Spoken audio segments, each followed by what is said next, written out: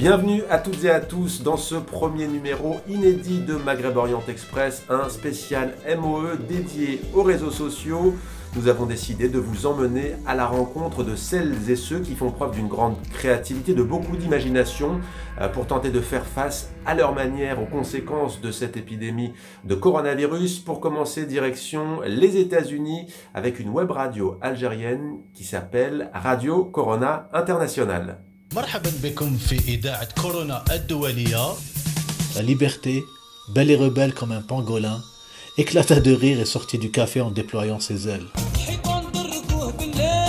Sur RCI, on a un public hétéroclite. Bienvenue à vous, chers survivants de l'apocalypse, chers résilients de la République algérienne démocratique et populaire. L'un des fondateurs de Radio Corona International est avec nous. Bonjour Abdallah Ben Adouda. Bonjour, comment allez-vous? Ça va bien, merci. Confiné en France depuis maintenant des semaines, comme vous le savez. Alors vous êtes à Providence, capitale de l'État du Rhode Island, aux États-Unis. Bah tiens, justement, avant de parler de votre radio, est-ce que vous avez un confinement imposé? Est-ce que c'est le libre arbitre qui prime? Comment ça se passe chez vous? C'est un peu le libre arbitre. Il y a des instructions de la part du gouverneur pour qu'on reste à la maison. Bon, Ouais. les gens, dès le début, les gens ne sortaient pas trop parce que les instructions et la politique de Donald Trump, personne ne l'a vraiment suivi. Donc les gens se sont très vite confinés. Il y a eu une sorte de discipline. Moi, je travaille essentiellement dans l'enseignement, donc les écoles ont fermé et je me suis retrouvé très vite à la maison. Donc, à part quelques déplacements comme ça pour aller dans des supermarchés pour faire des courses, on ne sort pas. Mais l'État du Rhode Island s'en sort plutôt bien en matière de lutte contre le Covid-19. Alors Radio Corona International, vous l'avez donc lancé pendant la pandémie. Quelle est son ambition au juste? Ben, à la base, elle avait juste pour ambition de nous permettre de nous retrouver ensemble, d'écouter un peu de musique, de se parler, parce D'accord. qu'on était seuls, on n'était pas bien. Et en fait, apparemment, mais je n'en avais pas conscience, on a comblé un vide et c'est devenu un rendez-vous incontournable. Donc le nombre de chroniqueurs a augmenté. Il se trouve où On vos est, chroniqueurs, en fait, Abdallah, du coup? En Algérie notamment, bien sûr. En fait, c'est une radio qui est née sur les réseaux sociaux et qui est faite par les réseaux sociaux. Donc, certains d'entre eux, je les connaissais, je les connais personnellement, et d'autres qui sont juste mes amis Facebook. Alors pourquoi la radio de la fin du monde? De quoi parlez-vous au fait? En fait, la radio de la fin du monde, c'est une boutade, c'est une sorte de jeu de mots nihiliste en disant, écoutez les gars, de toute façon, c'est la fin du monde, ce virus va avoir raison de nous tous, donc autant prendre du plaisir, autant s'aimer, autant se dire les D'accord. choses, et voilà quoi. On parle évidemment du Covid-19, on a commencé au départ à inciter les gens à rester chez eux, à respecter des règles de distanciation sociale et d'hygiène, etc. Ensuite, on a vu qu'avec la pause imposée au Hirak en Algérie, le régime en a profité pour régler ses comptes avec les opposants. Donc, c'est devenu une radio où on était un peu la voix des opprimés, de ceux qui étaient en prison. Donc, on en parlait de ça. C'est un peu l'actualité algérienne aussi, si vous voulez. Mais il y a de la musique, il y a du théâtre, il y a de l'humour, il y a du rire. Il y a plein de choses. Radio Corona International, donc sur Facebook. Merci beaucoup Abdallah Ben Adouda Merci. d'avoir été avec nous. On quitte Rhode Island, Providence, donc aux États-Unis, pour vous faire découvrir maintenant le Medina Book Club avec les bibliophiles de Sousse en Tunisie, un club de lecture, là encore, sur les réseaux sociaux. Je voudrais renaître ailleurs, dans les dentelles d'une courtisane, dans les mots d'un poète inconnu, dans les courbes d'une calligraphie. Et parmi les participantes et les participants à cette initiative, il y a l'écrivaine Cécile Oumani. Merci d'être avec nous, Cécile. On vous avait reçu pour votre roman Tunisian Yankee aux éditions Elisade. Alors là, vous avez participé donc à une lecture avec le Medina Book Club. C'était en direct sur Facebook. Comment s'est passée l'expérience? Comment ça s'est passé? Dites-nous. C'était une très belle expérience. Je m'aperçois qu'avec le confinement, on est obligé de réinventer des manières de se retrouver. et que finalement, on arrive à se retrouver peut-être plus facilement, plus loin, grâce à des moyens comme Facebook ou comme Skype que nous sommes en train d'utiliser aujourd'hui. Et c'est très intéressant. Il m'a fallu m'habituer un petit peu, notamment pour les questions des gens qui écoutaient et que je ne voyais pas. Ouais. Et maintenant, ça y est, j'ai pris l'habitude. Il faut qu'on s'adapte, il faut qu'on se réinvente, qu'on réagisse face à cette situation. Alors qu'avez-vous donc lu au juste, Cécile, en direct sur Facebook? J'ai commencé par un poème extrait de mon recueil Passeur de rives, un poème bilingue, parce que j'ai grandi entre deux langues, entre l'anglais de ma mère et le français de mon père, et donc il m'arrive d'écrire d'abord en anglais, puis ensuite en français. Vous, en tant qu'écrivaine, comment est-ce que vous vivez cette période de confinement? On dit que parfois les écrivaines, les écrivains, les artistes se confinent d'eux-mêmes, entre guillemets, pour pouvoir créer, pour pouvoir écrire. Vous, à titre personnel, comment est-ce que vous vivez cela? Est-ce que ça vous inspire? On sait que la littérature regorge de romans, de livres sur la peste à travers les siècles. Comme beaucoup de gens, j'ai relu La peste d'Albert Camus. Je suis tombée aussi sur le journal de la peste, Journal of the Plague, de Daniel Defoe, qui m'a glacée. Et en fait, je l'ai refermé. Et après, j'ai plutôt eu envie d'aller lire des romans qui traitaient d'autres choses. Et je me suis remise à mon manuscrit, qui n'a rien à voir avec le confinement. Et quand j'arrive à être dans mon manuscrit, ça me met comme dans un cocon protecteur face à ce qui se passe. Donc il y a des moments où je cherche un petit peu à me protéger d'un environnement anxiogène plutôt que d'en tirer une inspiration pour le moment. Peut-être que dans quelques années, oui, ça m'inspirera, mais pas en ce moment. Merci beaucoup, Cécile Oumani, d'avoir été avec nous. La littérature et la puissance des mots. Justement, on va maintenant parler d'autres sujets qui impactent les sociétés dans plusieurs pays à travers le monde. On sait que rien quasiment n'est épargné. L'organisation du culte est devenue compliquée, comme on atteste les difficultés rencontrées lors de récentes fêtes religieuses, d'événements. Ça a été le cas pour les fêtes de Pâques pour les chrétiens, Pessah aussi pour les juifs. Et puis, on a vu ces images saisissantes de la Kaaba, la Mecque en Arabie Saoudite, complètement vide. En plein Ramadan, il y a aussi un impact, évidemment.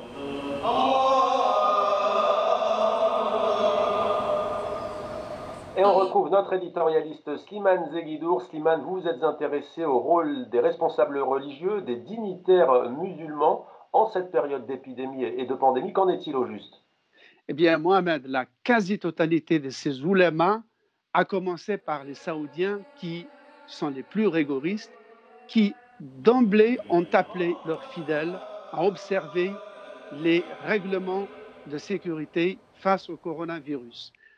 Et pour vaincre les réticences d'éventuels croyants purs et durs récalcitrants, ils sont allés invoquer 3 faits tirés de la vie du prophète. C'est ce qu'on appelle des hadiths, c'est-à-dire ce sont des réflexions que le prophète aurait émises à telle ou telle circonstance de sa vie. Ils en ont retiré 3 qui sont diffusés à jet continu dans les réseaux sociaux, à défaut des mosquées qui sont fermées. La première, c'est l'obligation de se laver les mains plusieurs fois par jour. La deuxième, c'est de s'abstenir de quitter une ville où il y a une épidémie si c'est pour aller se réfugier dans une autre qui est indemne. Troisième recommandation, s'abstenir de se rendre dans une ville où sévit une épidémie, quel qu'en soit le motif, y compris religieux. Donc, au nom de ces 3 principes cardinaux, ils ont décidé de fermer toutes les mosquées, y compris les plus saintes, celles de la Mecque, de Médine et de Jérusalem. Merci Slimane pour cet éclairage. Nous avons maintenant rendez-vous avec une chanteuse qui est venue à plusieurs reprises dans Maghreb Orient Express depuis le début de la révolution tunisienne, il y a quasiment 10 ans. Il s'agit de Nawel Benkrayem, que l'on va retrouver chez elle à Saint-Denis, près de Paris.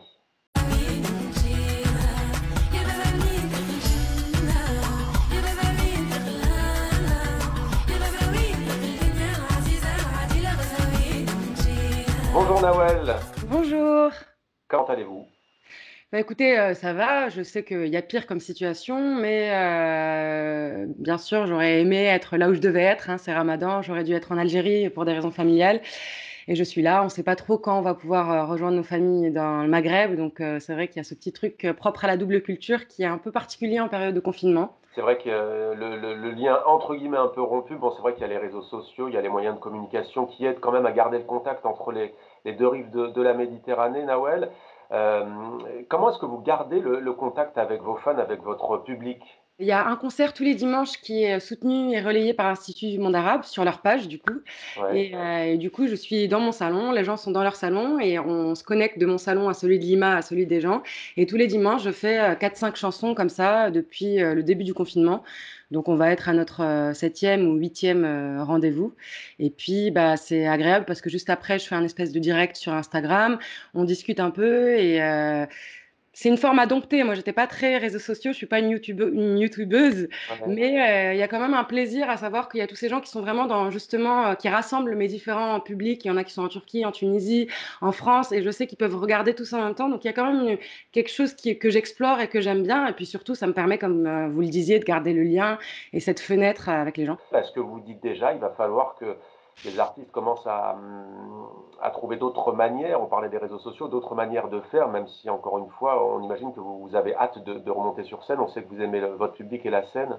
Bien sûr, évidemment, il va falloir être très créatif, va falloir bien sûr, moi, coûte que coûte, je vais faire en sorte, même si c'est avec des jauges de 10 personnes s'il le faut, de retrouver ce contact-là réel. Je comprends que dans un moment où il y a des enjeux de santé, on a l'impression que l'art et la culture, c'est moins vital, mais c'est quand même, ça concerne des milliers de vies.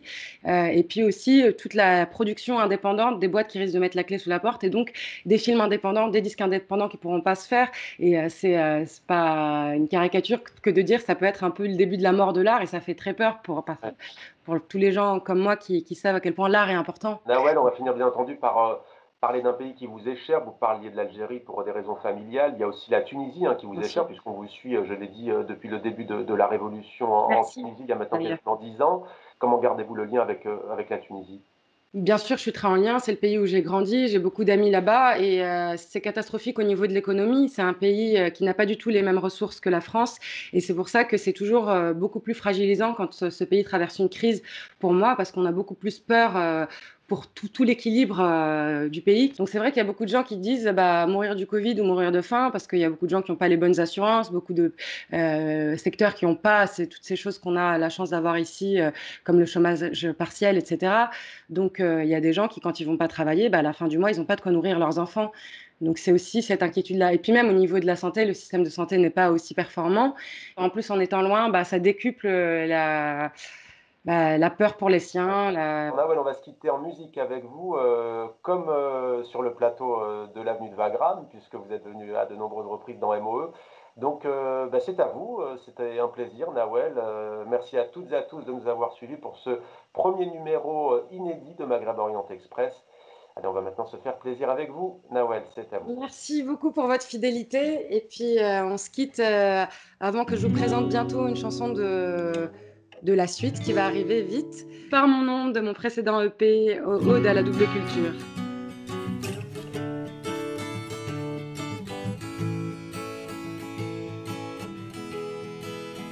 يا بابا منين طريق الجنة يا بابا منين طريق الهنا يا بابا وين طريق الدنيا العزيزة العديلة بابا وين مشينا يا بابا منين طريق الجنة يا بابا وين طريق الهنا يا بابا وين طريق الدنيا العزيزة العديلة بابا وين مشينا J'ai pas de soleil dans les yeux, pas de sel dans les cheveux. Le tintement de mes os se souvient à huis clos. J'ai mille dunes sans désert qui me séparent de mes pères. Mes querelles bédouines ont la mémoire orpheline. J'ai pas de soleil, j'ai pas de vent, j'ai pas de sable, j'ai pas d'enfant.